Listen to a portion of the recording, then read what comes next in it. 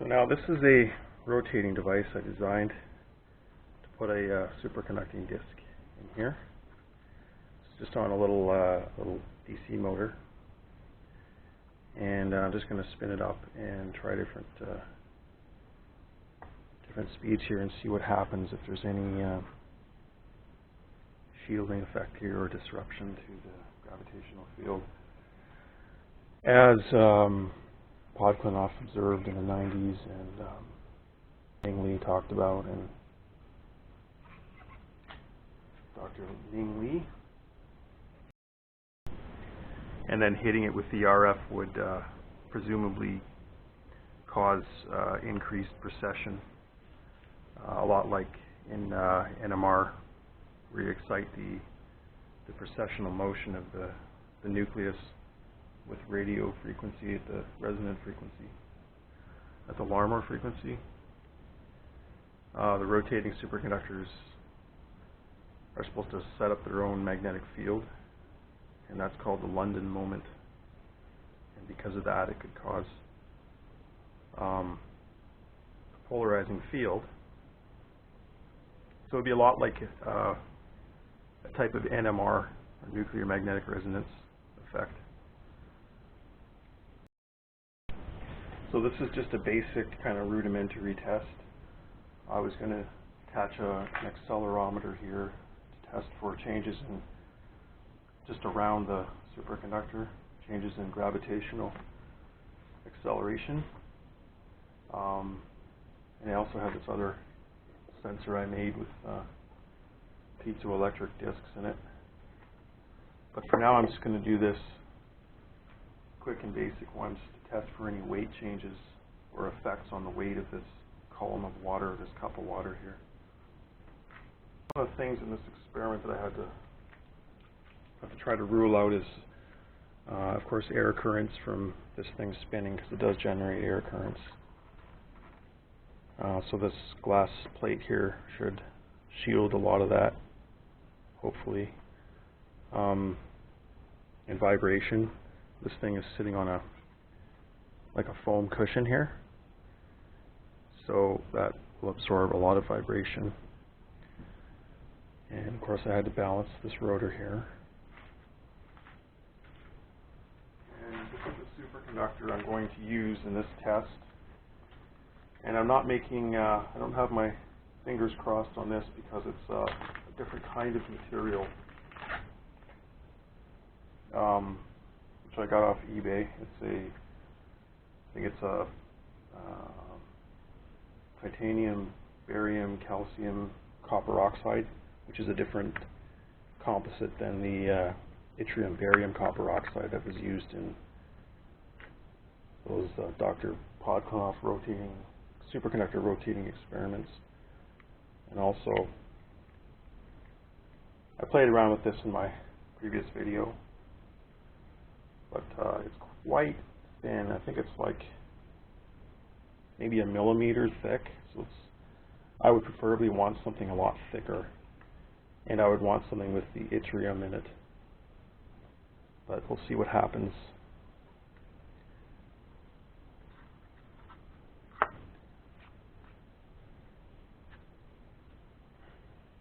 Now this is going to be kind of awkward to do, so hopefully it works out okay.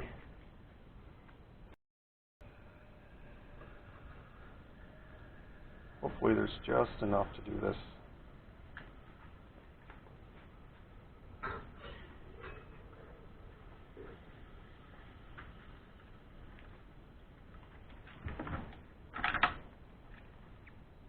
I gotta move quick here.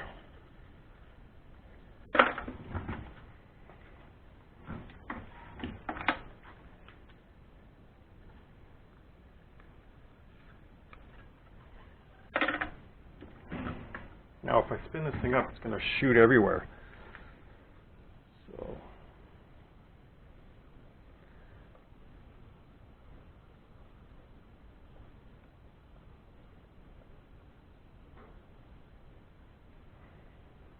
okay, here goes.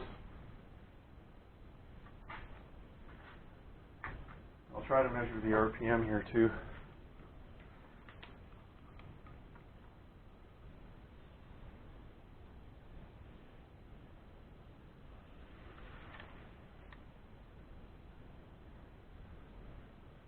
1693, 2087, 2200,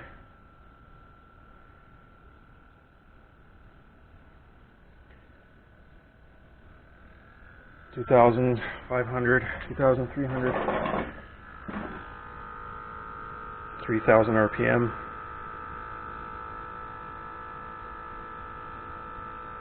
3300,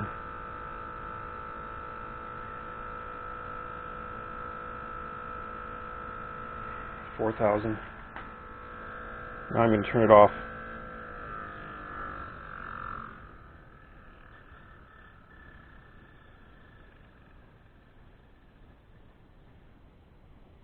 And laser dot I don't see moving.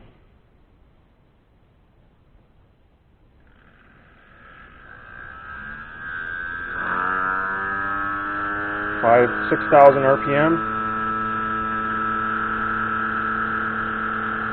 6,500,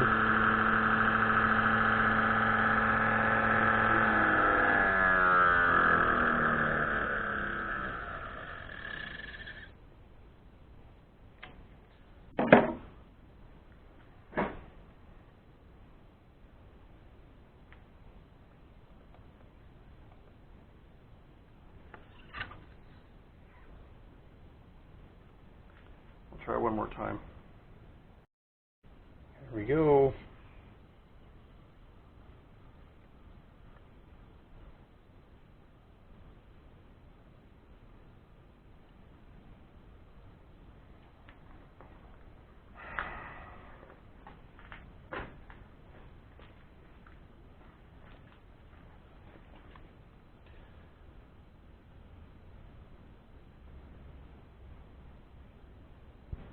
Okay, watch the laser dot.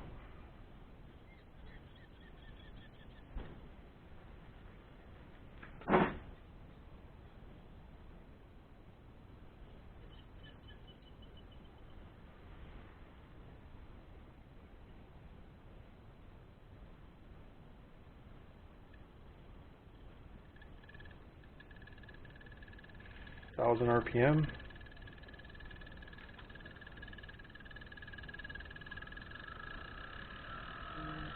13, 26, 3,000 RPM.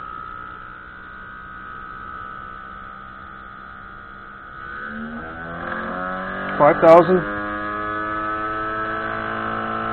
6,000, 6,800,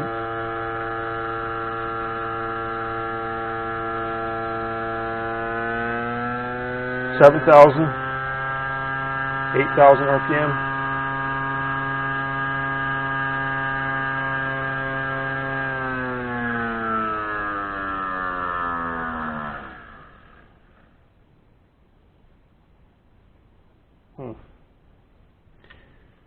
Inconclusive. Okay, so this test, I'm going to try this out, which I made some time ago. This is a superconducting wire. I'm just going to rotate it really fast on this Dremel here. Maybe up to, I won't be able to measure the RPM, but it's good up to 35,000 RPM, at least that's what it's rated for, but I'm not going to go that high because of vibration. So I might get up to maybe 5,000, 10,000. And so we'll just look for any kind of movement on the laser dot there. This is going to be tricky because once I cool it, because it's going to be spinning so fast, it's going to warm up quickly. So yeah, that's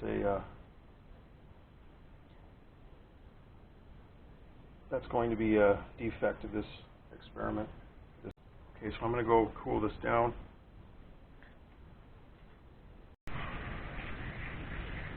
There we go, getting colder.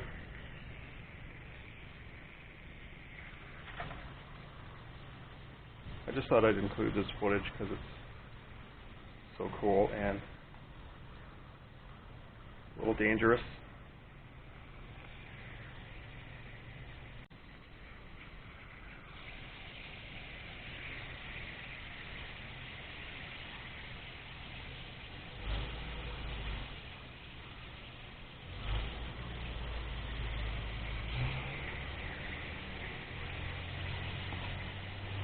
Alright, that's probably good. Alright. Here goes crazy. There goes.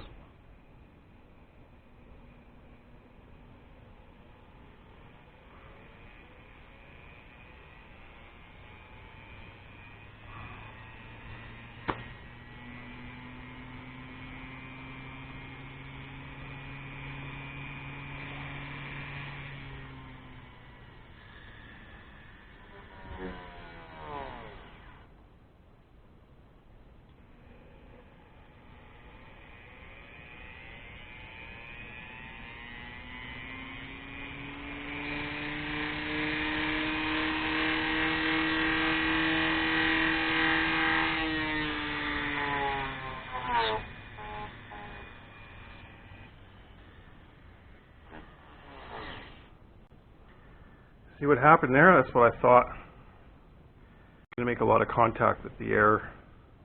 This is all frost. So this is going to be 0 degrees Celsius at the surface. And then, so most likely it's not superconducting anymore. Oh well, I tried.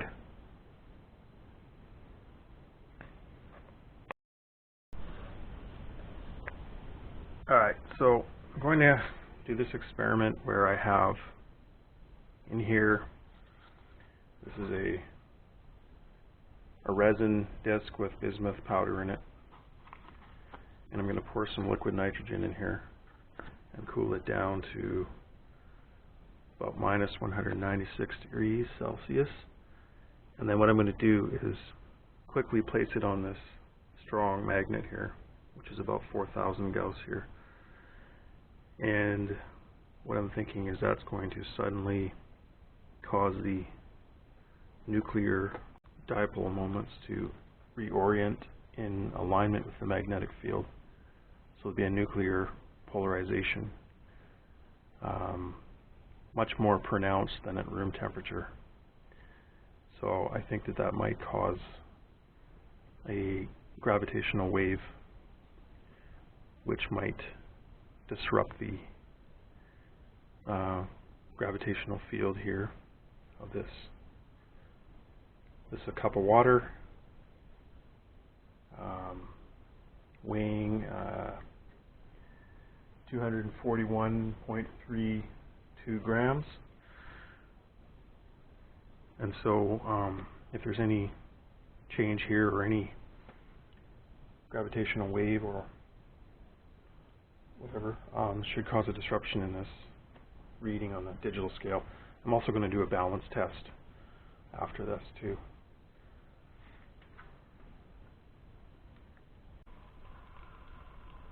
And that stuff's cold.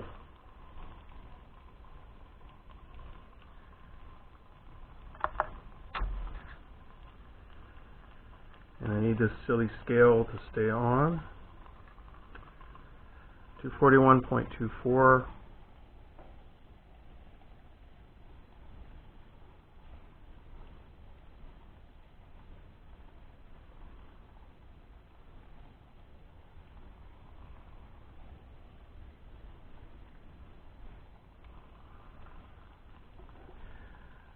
Nothing on the digital scale. 0.22.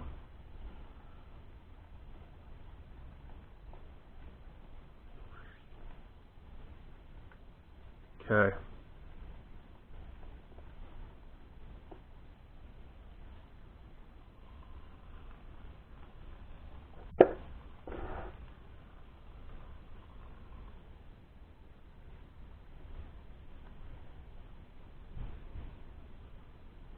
I don't see any disruption there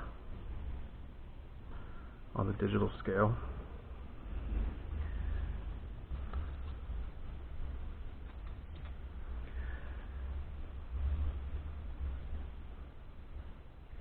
Now for the balance test.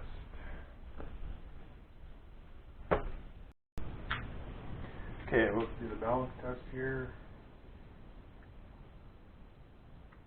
And here we go.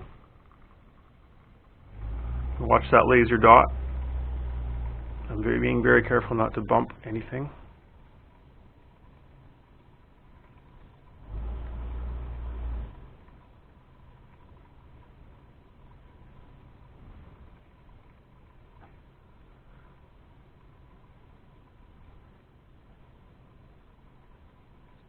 Okay, I'm going to flip the magnet over.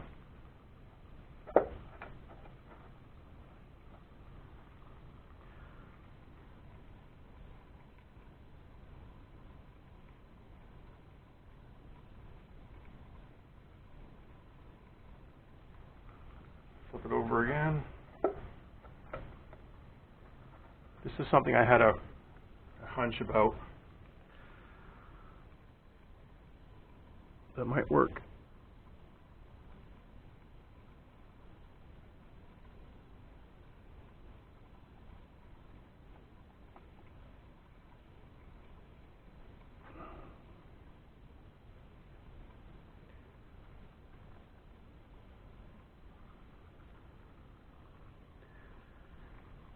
Because similar to rotation, the magnetic field should polarize the nuclei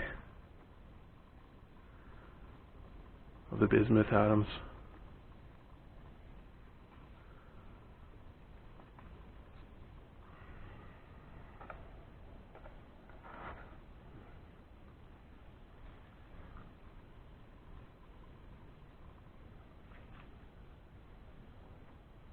Try a bigger one. This is the one I used the other night that worked.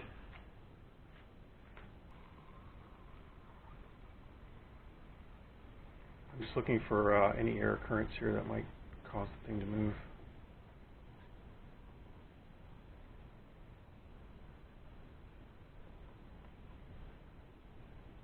Due to the very cold nitrogen here evaporating.